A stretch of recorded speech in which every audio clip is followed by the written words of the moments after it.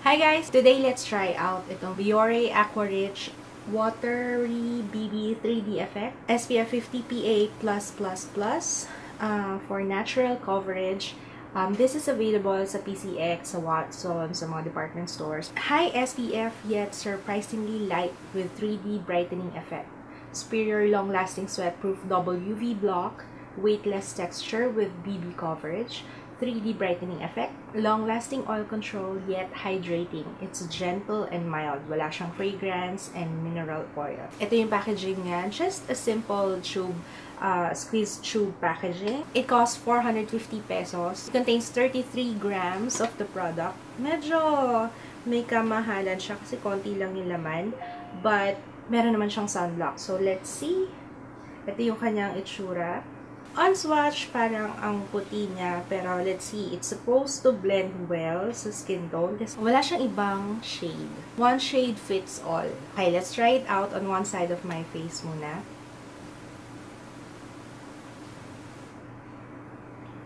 Meron siyang konting scent sa kanya, amoy gamot na I don't like.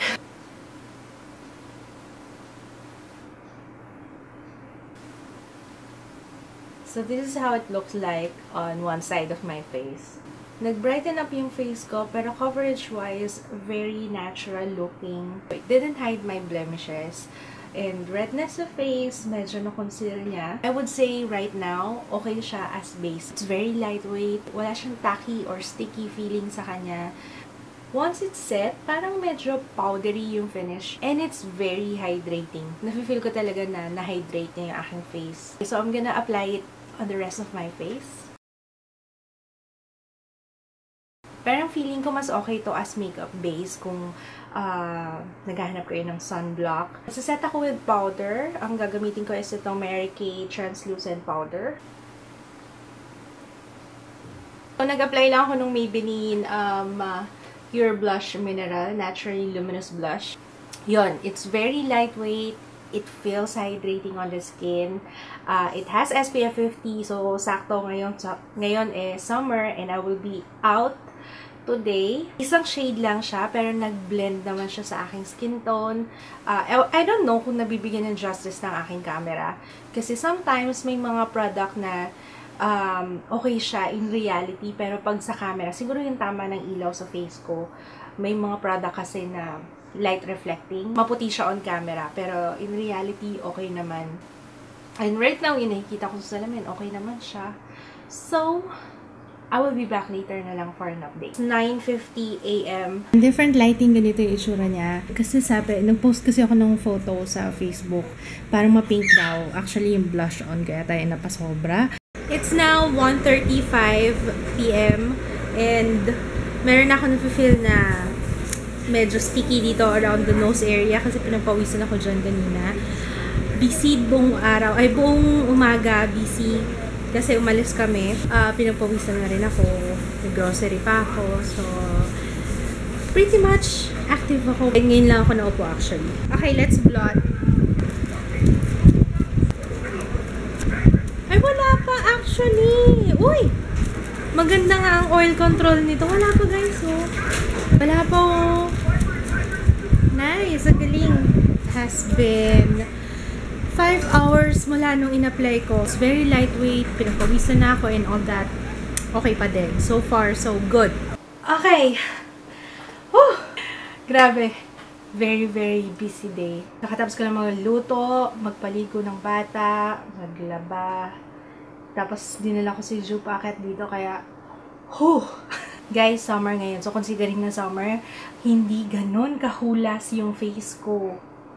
And busy all day. Ano okay siya kasi hindi siya ganun hindi siya makapal. Alam niyo yun? Very thin lang siya, kaya lightweight siya sa face. You won't really feel na meron kang suot na BB cream. Is this a BB cream? I think so, kasi watery BB. Hindi siya malagkit kahit pagpawisan ka, kahit medyo mag-oil up ka ng konti. Isang beses lang ako nag-blot kanina and yung pag-blot ko, parang wala nga halos na nakuha ang oil. Dahil summer ngayon, this is really good. Yung coverage niya, talagang nabitin ako. If you're looking for coverage, better look elsewhere kasi hindi ibibigay nitong BB na to. Or, if you want, pwede kang mag-concealer after mo. Pwede siyang base. So, pwede mo siyang suotan ng foundation after mo i-apply to. Saka ka maglagay ngayon ng foundation or concealer, whichever you may prefer. Parang napansin ko medyo ma-pink siya on different lighting. Kahit dito sa lighting na to, parang medyo ma-pink yung finish niya. Kung cool yung undertone nyo, wala kayong magiging problema dito. Yun, kapag yellow naman yung undertone nyo, mas okay siyang gamitin as base, and then saka mo ilagay ngayon yung yellow undertone na foundation or BB cream or kung ano man. Meron na siyang SPF 50, hindi mo na siya kailangan ng gamitin pa ng hiwalay na sunblock or na sunscreen, or depende sa inyo kung gusto nyo pa rin maglagay, it's up to you. Pero sa akin, I will use it as is, nang siya na lang, wala nang kasamang sunblock kasi okay na siya. And then siguro for days na gusto ko ng medyo flawless ang finish sa aking face, yung wala masyadong blemishes na nakikita sa face ko. Gusto ko talagang polished looking, saka ko gagamit ng foundation. Pero it's a good everyday BB. I highly recommend it, especially dito sa Pilipinas na mainit, it's summer. Hindi siya ganun ka-sticky, hindi siya ganun kalagkit. And for its price, 450 pesos, pwede na kasi kesa naman bumili ka pa ng hiwalay na sunscreen. Ito, you have sunscreen na, and then you have a BB, and okay pa siya sa oily skin. So, overall, I highly recommend this for oily skin. Sinabi ko ba yung time? Hindi ko alam kung sinabi ko yung time. Oh. 10:08 p.m. Comment down below kung nasubukan nyo na siya, kung anong feeling nyo sa kanya, kung anong experience nyo sa kanya rather. Don't forget to thumbs up this video kung na-enjoy nyo. Mag-subscribe kayo sa akin kasi I always do reviews dito sa akin channel para updated kayo sa mga susunod na products na gagawin ko ng review. Thank you so much for watching. See you again on my next video. Bye!